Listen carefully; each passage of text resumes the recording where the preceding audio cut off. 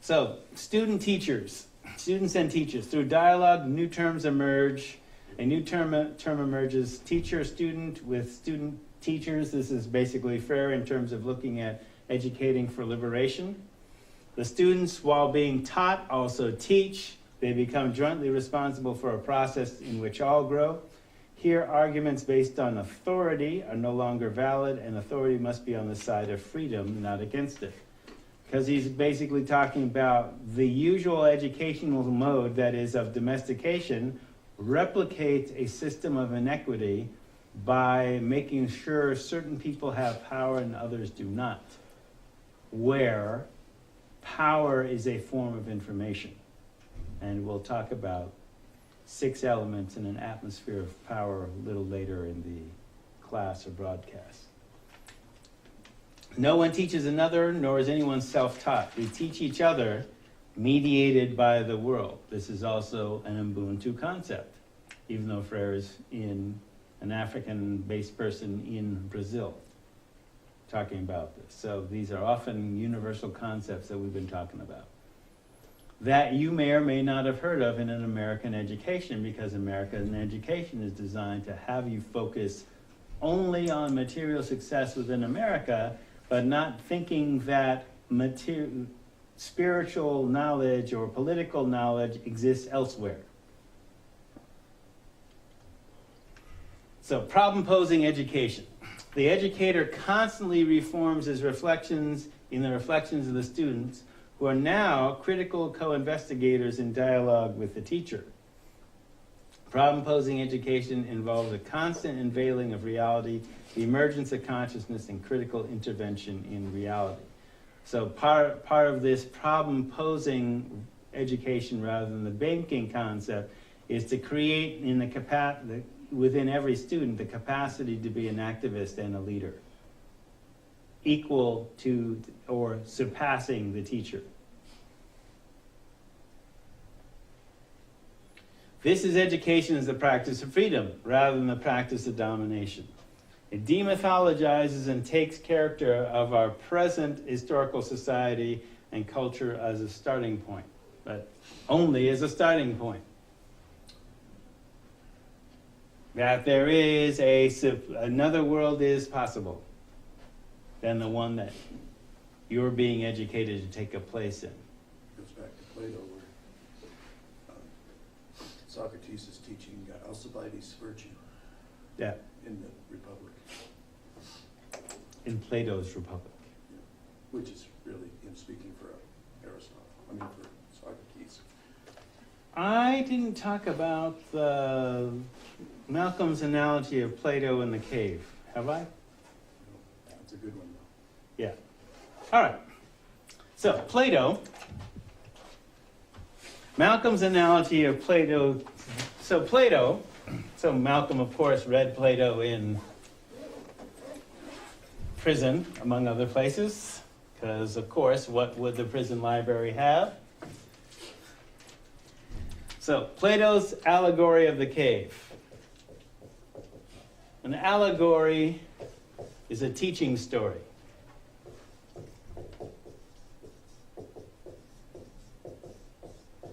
So, here you have, I'm sorry, I'm a psych major, not an art major.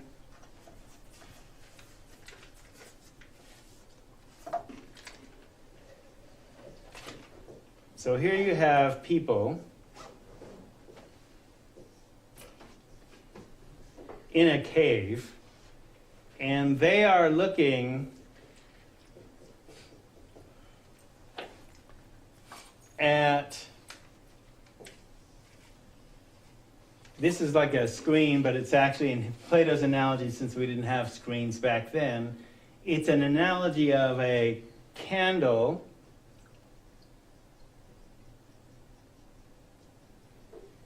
or a light source with a shadow play. That is, people are thinking that this is reality. Shadows cast on the wall are the reality.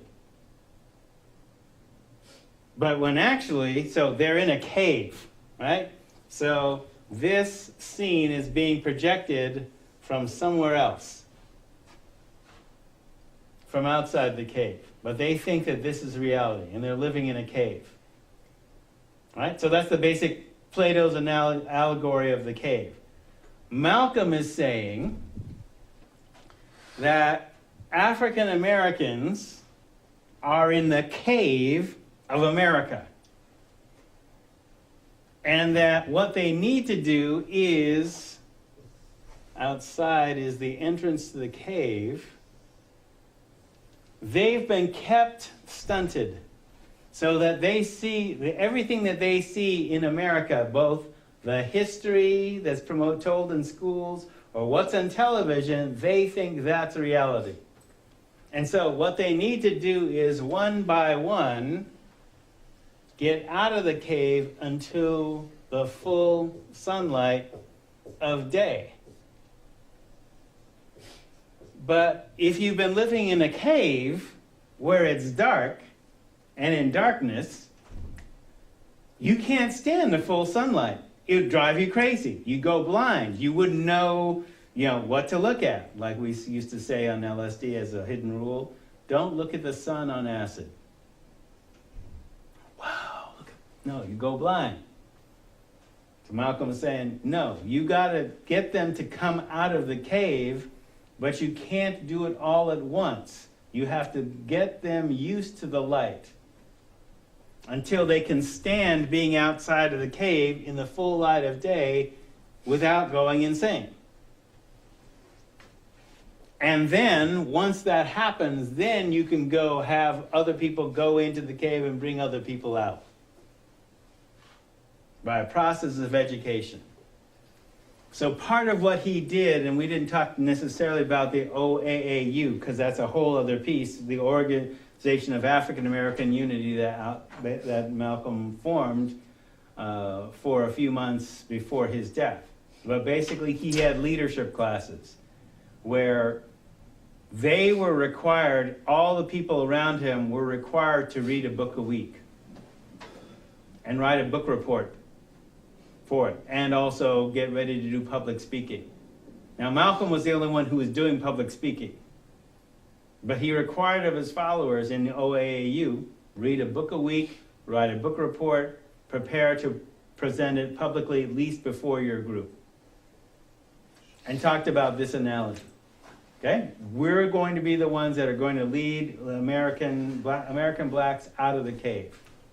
But in order to do that, we have to educate ourselves so that we can stand the full light of reality.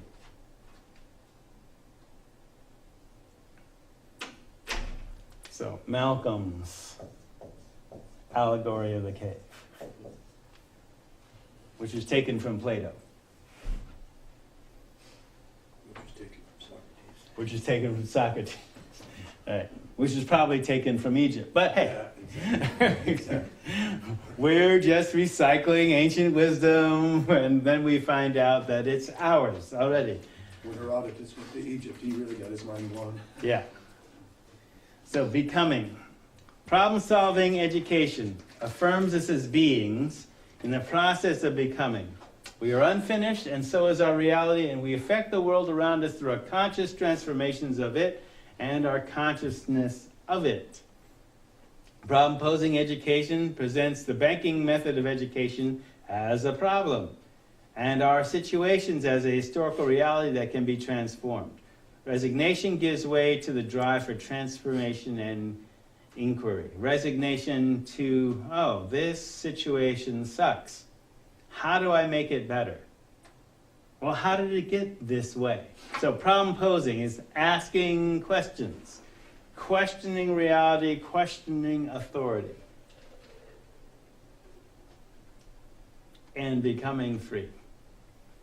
Inquiry and violence, which was, I think, one of the middle or last slides. And basically he's saying as a form of violence, where the current part of the educational system is a form of violence from his point of view in terms of the banking concept. So to alienate people from their own decision making is to change them into objects, to objectify them. Any situation where some prevent others from engaging in inquiry is a form of violence. So from this point of view, then the banking system of education, among other things, is a form of violence. Because it's like the allegory of the cave. Not letting people know that there is an outside world is a form of violence. Take, for example, this. This was a meme from 2 years ago, put out by the Republican Party. Yeah, well, in Orange County. Now you know why no birth certificate.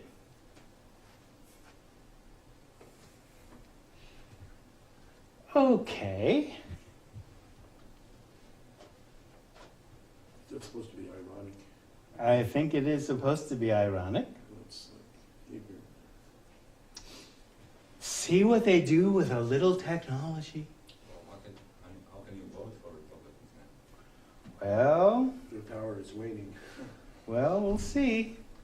So, torn from the headline 2011, a Southern California Republican Party official was under fire Saturday after allegations she sent an email that included an altered photo depicting President Barack Obama as an ape. An email reportedly sent by Party Central Committee members Marilyn Davenport shows an image posed like a family portrait of chimpanzee parents and child, with Obama's face artificially superimposed on the child. Text beneath the photo reads, "Now you know why no birth certificate." Davenport, when reached by the Associated Press, said she would provide a written statement with her response, but several hours later she had not issued one. The alternative newspaper, OC Weekly, first reported the story and was told by Davenport that the email was just an internal joke. She also asked the Weekly, "You're not going to make a big deal out about this, are you?" Well, it went viral. Republican Party of Orange County Chairman Scott Baugh said told the Associated Press on Saturday that he wants an ethics investigation into the incident. It's highly inappropriate, it's a despicable message, it drips with racism, and I think she should step down from the committee. Don't know if she did, actually, but that she felt comfortable doing this is an indicator. Well, she can get away with that in Orange County, but she can't get away with it very many other places down Yeah. there, Republican. So often, as I may have mentioned, there are people that, when I talked about the whole Jackie Robinson story, 42, that movie where he's called a whole bunch of racial names, including Tar Baby. And there are people that think that Tar Baby is a metaphor. It means an emotionally sticky situation, that it's not an ethnic slur. And some of us who've grown up during that time, it's only been an ethnic slur. Never had any other meaning until, is it fair to characterize Google as a white organization? Probably is. Well, that's how it started. That's how it started, right? So Wikipedia, probably a white organization. So for them to say that, not that their definition of Tar Baby is, they don't even talk about the ethnic slur till way later, and then you cite the New Republic as a source for, some people think that it's an ethnic slur, but the reference is to the New Republic, but they start with the African trickster tale. Well, not exactly. All right, so diversity training over the years. 60s rap sessions / encounter group, which is based on humanistic psychology and Gestalt. Basically, they would be what these things were, having participated with them in the late 60s. Basically, it's kind of like group counseling where people could be confronted about some of their beliefs if they stated something in a confrontational kind of way.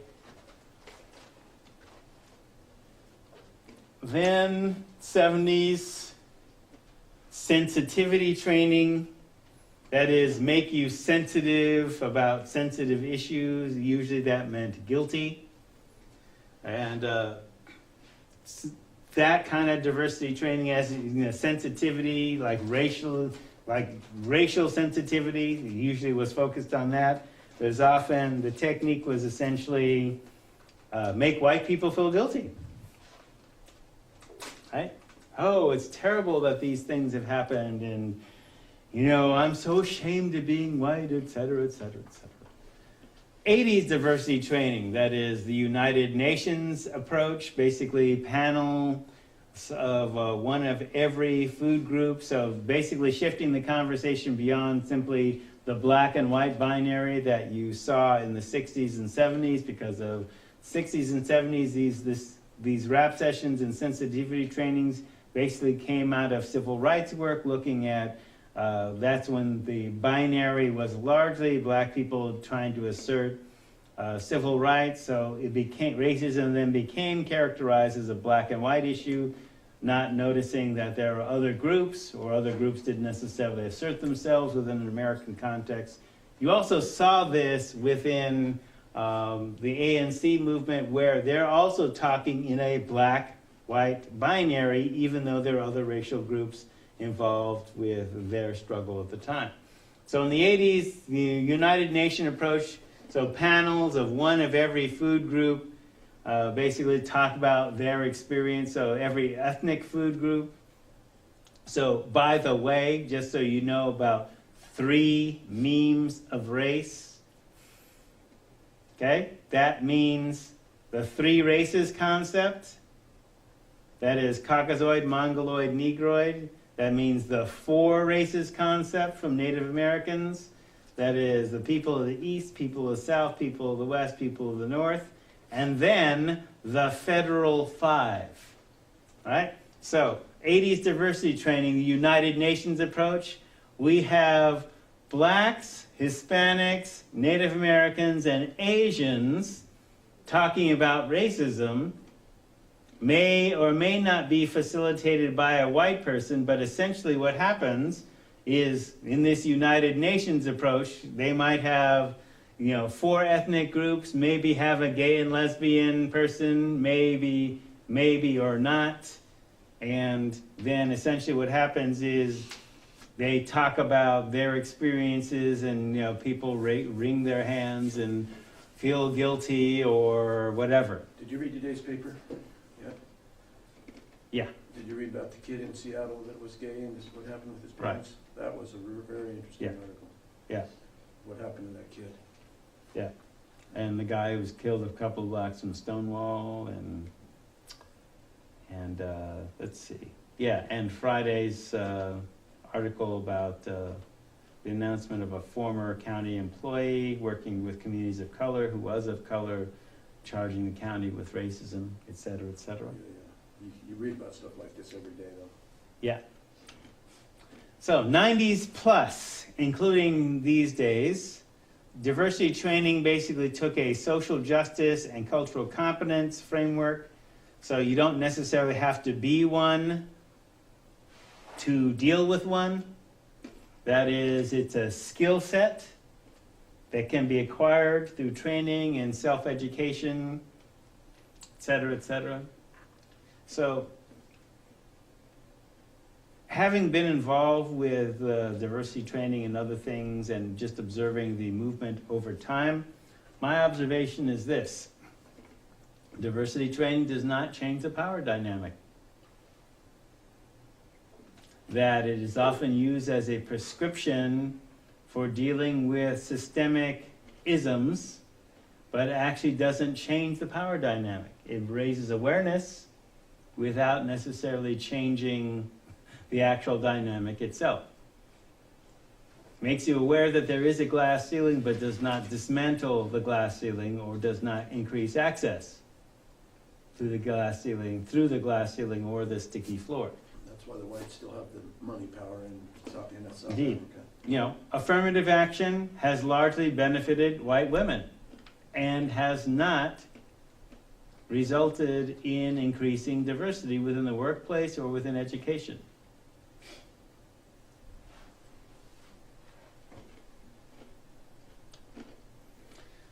So, from Portland State University, Terry Cross, who's a Native American who developed, along with others, this construct of cultural competency. And the idea of cultural competency being a continuum.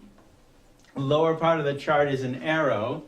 So let's say that the default setting for most American institutions is cultural blindness. So let's start at the extreme left on your screen. Cultural blindness. So it's the negative end of the continuum, that is active participation in the destruction of other cultures. Now, however you define culture, the idea is it's not just ethnicity. It's not just race. There are cultures around literacy, cultures around disability, cultures around geography that interact, right? But culturally destructive organization is basically like a type 4, where it's legal to discriminate as an institution, and it does. And so it destroys any other culture that is not its default setting. Cultural incapacity comes out of cultural destructiveness, where it's a paternal posture. This is basically a male-dominant, father knows best towards groups in the minority. So ignorance of and unrealistic fear of people of color. Lower expectations of culturally different clients. Because where Terry is, Terry's got a doctorate. He basically looked at Indian child welfare laws, where Native American children, as a part of the culturally destructive type 4 genocide-supported activities of the United States government, not only destroyed cultural and spiritual leaders within Native American populations, not only imported drug substances like alcohol, it also took children out of their homes and placed them in boarding schools where they were sexually abused and or murdered by the institutions, which were often run by the Catholic Church. No surprise there, given the whole priest thing, as well as other folks who, basically disappeared these kids, and sometimes they were often scarred for life. Made them cut their hair and wear. Made them cut their hair. Made them, clothing. Made them wear non-native clothing. Wouldn't let them speak their language. All kinds of things where it's basically, essentially, the goal was to kill the Indian and save the man. Okay, so that they'd essentially become assimilated white folks. So the survivors of that then raised children to be more American and less native, even though they clearly weren't white. So it's kind of like an internal colonization program, right? So cultural incapacity came out of being essentially culturally destructive. Lower expectations of culturally different clients, and the culture basically, the cultural default is basically white mainstream. In fact, that's the culturally defined meme. Did we talk about memes of culture? Similar, what mainstream means essentially? All right. So, Western. So, cultural blindness. Color or culture makes no difference. Now, within the construct of microaggressions, racial microaggressions, that is type 2, the concept of cultural blindness itself is itself a form of racism. By saying, I don't see color, well, that's a lie. Unless you're blind or deaf. And within those particular cultures, deaf culture, they make a distinction between hearing and non-hearing. Race doesn't matter because they're discriminated against by being deaf. And deaf people are across all racial groups. So in deaf culture, race is not as relevant as, hearing and non-hearing, right? So cultural blindness. Culture or color makes no difference. Belief that conventional approaches are universally applicable despite past history, and doesn't acknowledge that there is a past history of oppression. Ignores cultural strengths, blames culture and clients for problems. Oh, well, why do you have to be a hyphenated American? Why can't you just be an American? Oh, well, there's that history of you think I'm crazy for wanting to be free instead of a slave, or that slavery improved us. Guess I have a problem with that. Does that make me crazy? Oh, I just thought that because I'm an American citizen, I should be allowed to vote in my own country. We need to reteach you. Yeah. So, cultural blindness is the default setting for many mainstream institutions in America. So many American institutions, particularly the military, justice system, corrections, law enforcement, and healthcare industry, have practiced cultural destructiveness or cultural incapacity well into and past the civil rights era, when they stopped doing that because it was illegal. But as we've seen, if an organization was type 4 and discrimination became illegal, but it's still profitable, they continue doing it. Hence type 5. Right? So some of these, they've improved to cultural pre-competency, which is the next stage. That is, attempts to improve some aspect of service. So many believe that the accomplishment of one goal or activity, that is hiring a staff member, specifically to deal with diversity work, writing a mission statement, fulfills the obligation to communities of color or cultural groups. Oh, well, see, it's in our core values. Oh, see, we have a chief diversity officer. Oh, see, we have ethnic studies classes. Oh, see, we have rites of passage. We're good. No. It's a few things on the list. That has not mean you've transformed at all. That doesn't mean that people aren't being discriminated against. Do I talk about LCC dirty laundry now? Well, no. In context. We'll talk about it when we get more to the 90s. Cultural competence, then, is the stage by which Terry Cross et al. And many of us who use the term basically say, look, we're going beyond cultural sensitivity. It's not enough to know that there are cultures that you need to be sensitive to. Not enough. I'm going to give a shout out to B.B. Head, who first gave me this idea about what cultural competence is. Okay? So cultural sensitivity means that if I am, and I don't know if the camera can follow me, but I'm going to use this analogy. I'm knocking on the door of freedom, and I get a splinter in my hand. Ow! Okay? So cultural sensitivity means you know I got a splinter.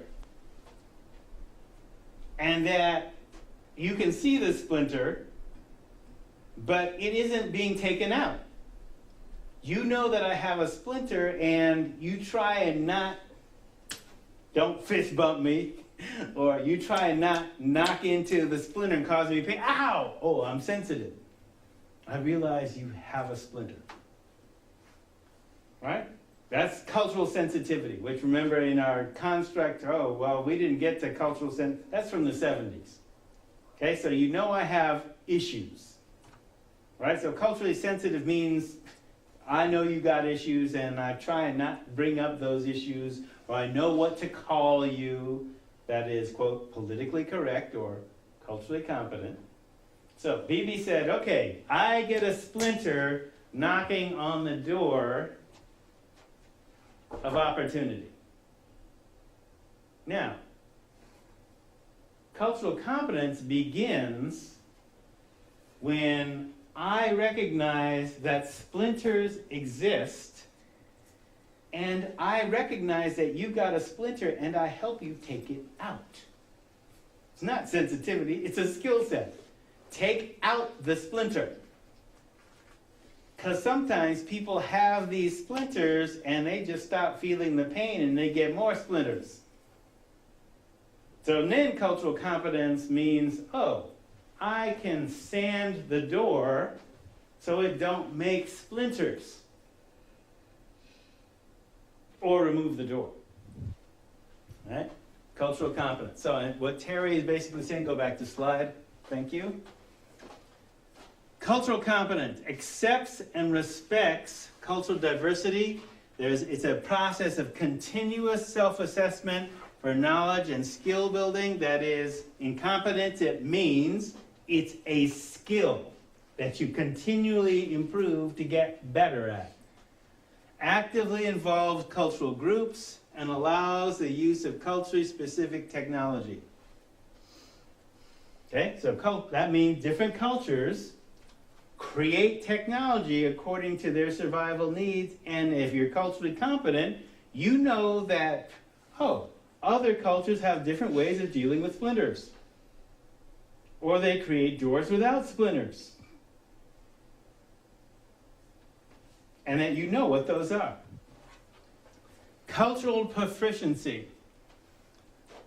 goes a step farther than cultural competence, so that it holds cultures in high esteem, assists others in developing cultural competence, and advocates for cultural responsiveness throughout systems. Educational system, justice system, etc., etc. Another part of cultural proficiency, so cultural competence starts with you as an individual.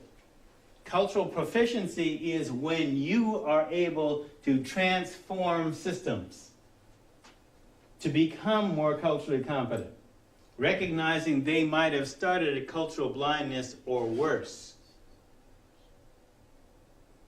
Now, within LCC, if the basic default is cultural blindness, some people are forced by their job to become culturally competent or culturally proficient, while others are allowed to be culturally blind or culturally destructive. Okay, so that's why the default setting is cultural blindness, because you've got people at one end, people at the other end. So yeah, students and staff and others can go to the, obviously I'm pro cultural proficiency, so you can go to the cool people, but the cool people aren't necessarily running the institution. Some of them might be, but, you know, again, LCC is at cultural pre-competence in some areas, but other areas could be culturally blind. This is the continuing struggle. It's a continuum. Continuing struggle. And it's a continuing struggle, continuing process. All right? So, in terms of some of these systems that we talk about, American institutions, some of them have improved to cultural pre-competence. Some of them might get to cultural competence in some day. So, in terms of looking at the issue of discernment versus discrimination. So discernment is that you can perceive that a difference exists. The chair is different than the floor, is different than the table, is different than the ceiling. There's differences.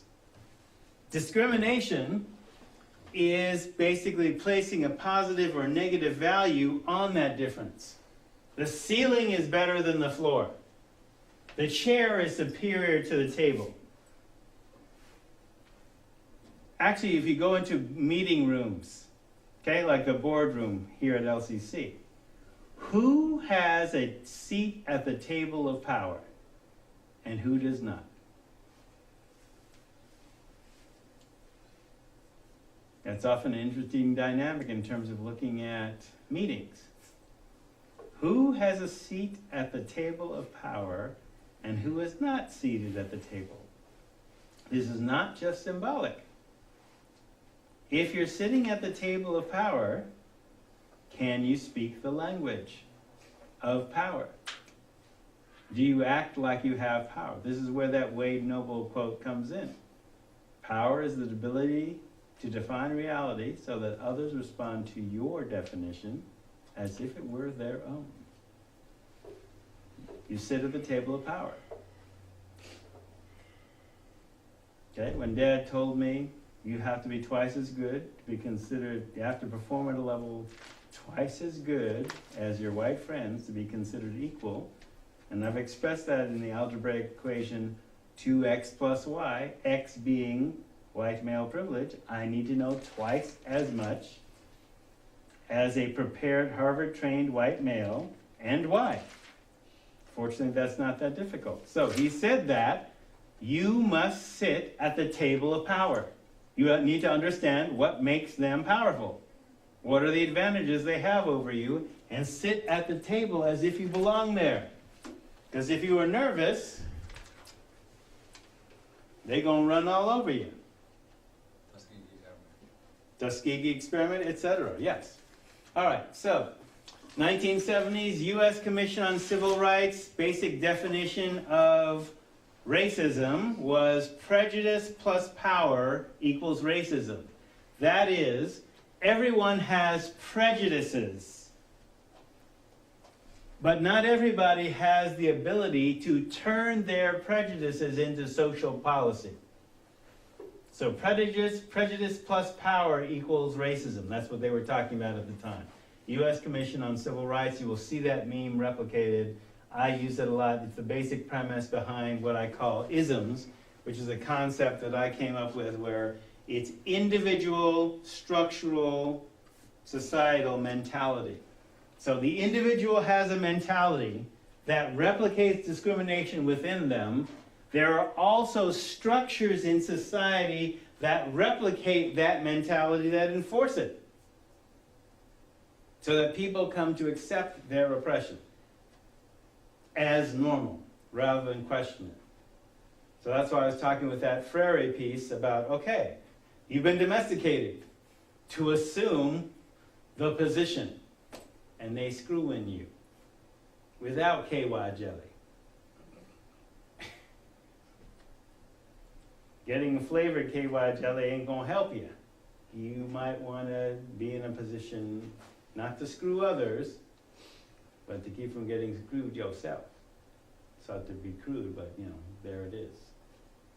So does that go to say that in order to have racism, or in order to be racist, you actually have to have some kind of, power in society, basically, that can, hold you down or whatever. So, maybe those that are oppressed may have prejudice, but they by that definition, they wouldn't be racist if, they really don't have the power against the society, There are some people who basically say, for example, take that argument that you just made and say that in America only white people can be racist. I don't agree with that. Here's why. All right? So, as an example, who creates the dictionary? Who are the network executives? Who are the school superintendents? Who creates the curriculum, et cetera, et cetera? Yes, by and large, those are white people. But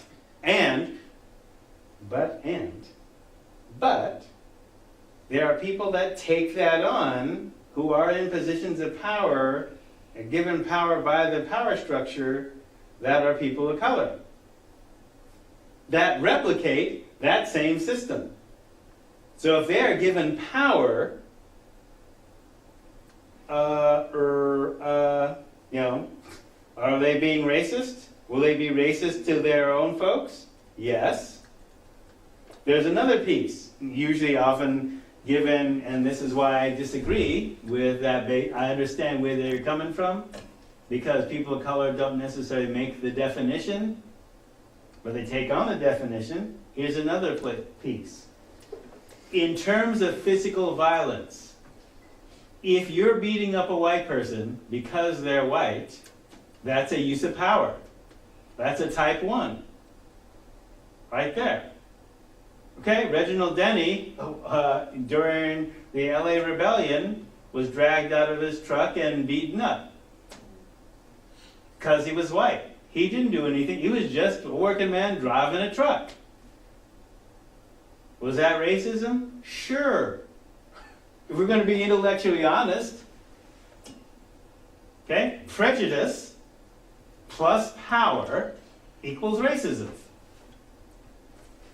Okay, does power include physical power? Yeah. We're going to be honest about it.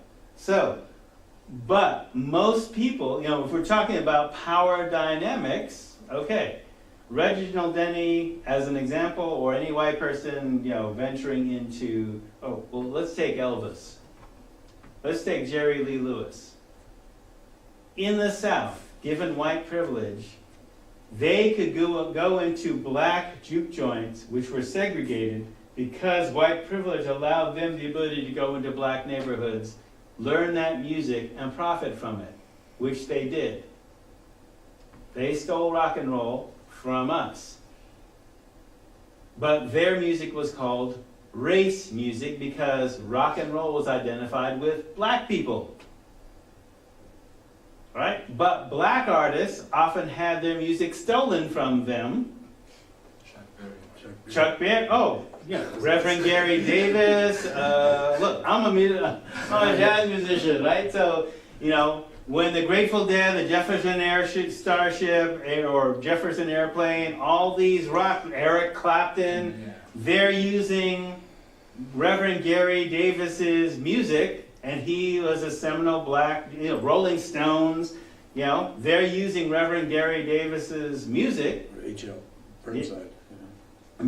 All these folks, but not necessarily giving them credit. Reverend Gary Davis wasn't getting royalties.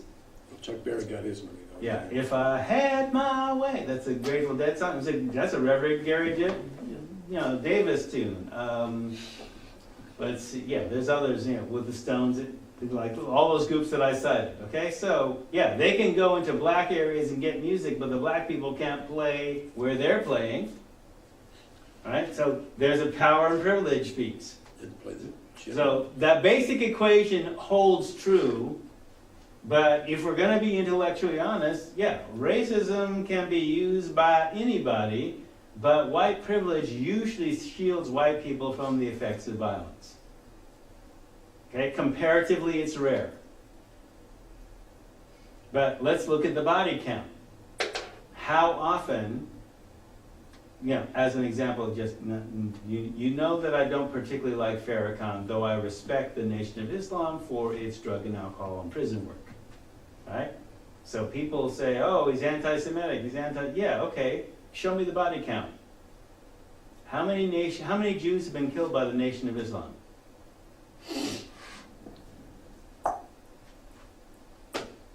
So you can talk shit, but actual body count. I'm not condoning, understand that. I've listened to Karen Farrakhan very closely, and when you do that, you see a lot of wisdom. Brilliant cat. I'll give him that. Yeah. I don't like what he did with Malcolm, but whatever. He says he didn't do anything with Malcolm, but okay, whatever. He was there. Didn't stop it. So when I talk about, if we go to slide, so when I identify 6 types of isms, so that's out of the black literature that categorizes that. The only thing that I knew was to just say, let's just boil it down to 6.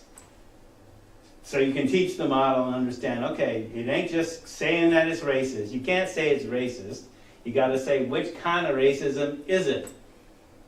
And even though the literature talks about racism, because that's what we're going to focus on, because that's what mostly focuses on us, there's also sexism, there's also heterosexism, there's also class, there's also ability, there's age, there's religion and spirituality. There's all those things that interact in what we call the broader construct, intersectionality. So cultural proficiency is in creating constructs that help people understand their world better.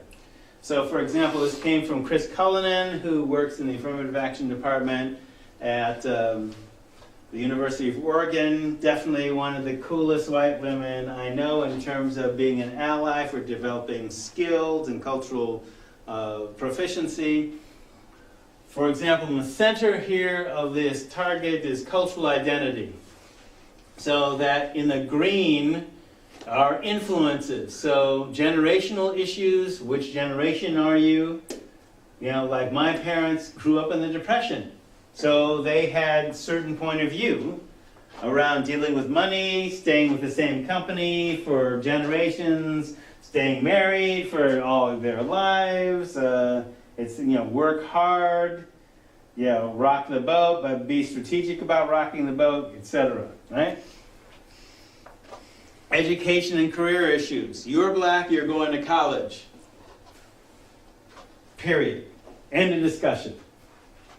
Right? Now, not everybody, look, I'm a college professor, but not everybody should go to college. But understand, if you go to college, there's barriers built in. There's certain traps, like I've alluded to, being an athlete, okay. Not everybody can be a Kareem.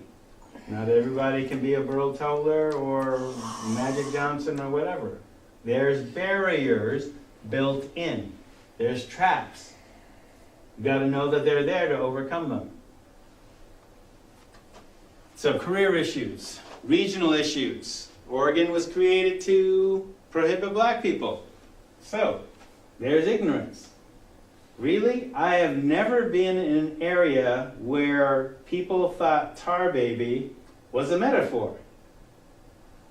Never lived there, except here in Eugene. Or Egypt in Europe. Yeah, or Egypt's in Europe, or yeah, it's the Middle East. Political issues, language issues, all these things basically influence your cultural identity. But often, what is seen or perceived, and that's the other side, is people's actions like personality traits, stated beliefs, stated perceptions, body language, stated values. So what's stated might not be actually true. You might just be conforming. Yeah, I can pass for Christian, but,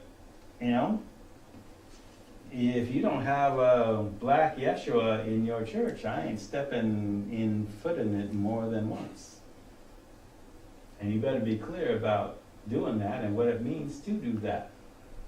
That means you are doing liberation work. I saw a beautiful picture the other day of the Pope and like a bishop like praying to the Black Madonna with child in hand in the probably Vatican. Okay. So anyway, this slide is basically there because it's talking about this whole issue of cultural proficiency and cultural competence and looking at, okay, well, what is my culture? So it's not just ethnicity. I'm also, in terms of, I'm an addictions worker, I'm a psychological worker, I'm a grandpa, I'm this, that, and the other. There's all kinds of different things that go within a particular framework. So, elements in an atmosphere of power. So I developed this construct because people kept talking about empowerment. I got really tired of the discussion in the sense that, all right, well, what is this power thing? So if you don't breathe, you're dead. Okay? Life begins with an inhale and ends with an exhale. Okay? You can live for a week without water, except in a desert. You can live for 3 weeks without food, assuming you're not moving around a whole lot. But you only live 5 minutes without air. Right? So what you breathe in is most critical. So hence the atmosphere. So elements in an atmosphere of power. So the atmosphere in the United States basically predisposes you to certain types of power. Right? So let's define power, besides what Wade Nobles talked about, is the ability to define reality so that others respond to your definition as their own. Let's say power, this is a dictionary definition here, is the capacity to be effective.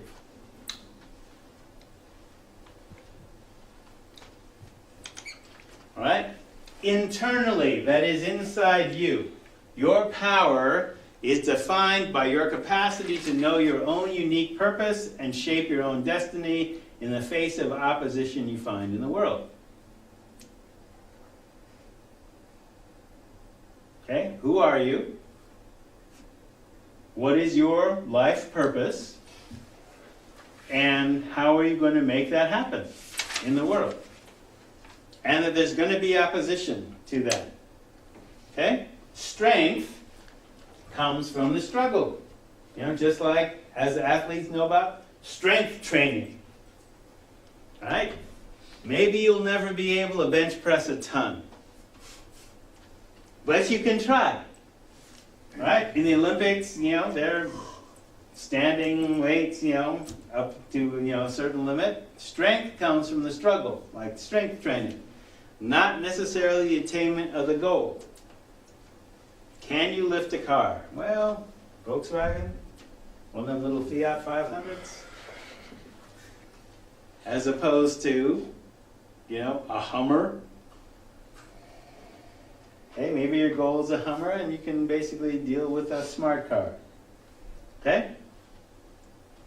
Because they's in quotes, you know, they with quote unquote power may give you the goal to buy you off, without actually changing the power dynamic. This is what Ferry was talking about, false charity. Right? We're going to give you crumbs off the table. Maybe a piece of the pie, but we're keeping the pie. So you think you've made some progress because we've given you some crumbs. That's false charity. We haven't actually taught you how to have a bakery. Oh, we'll give you a fish. Oh, we'll teach you a fish, but keep you in the middle of a desert so you never get to fish. Real power comes with access to the stream as well as having the tools to actually fish, if we're using that metaphor, right? So your power is the capacity to be effective. So there are elements, and the first power that you have is a spiritual element. So as long as you're alive, you have a spiritual. This is defined spiritual power. You have spiritual power as long as you're alive. In Yoruba, they refer to ashe, the power to make things happen. In Chinese, chi or ki. Islam, baraka, or a blessing. Hawaiian, mana. Hindu, prana, which is in breath. Christian framework, grace, or the Holy Spirit, breath. Judaism, l'chaim, that is to life, or life. Oops. Element in an atmosphere of power. So first, spiritual power. And then power tools, physical, health, strength, flexibility, resiliency, vigor, potency, fertility, relaxation, mental, intellect, knowledge, insight, common sense, mother wit, emotional, patience, empathy, compassion, love, spiritual, power tools, wisdom, foresight, intuition, vision, faith, and unconditional love. And I think they're going to roll music shortly, so we'll continue this discussion on Wednesday. That's a lot of information, sir. Yeah. That's why we're going to...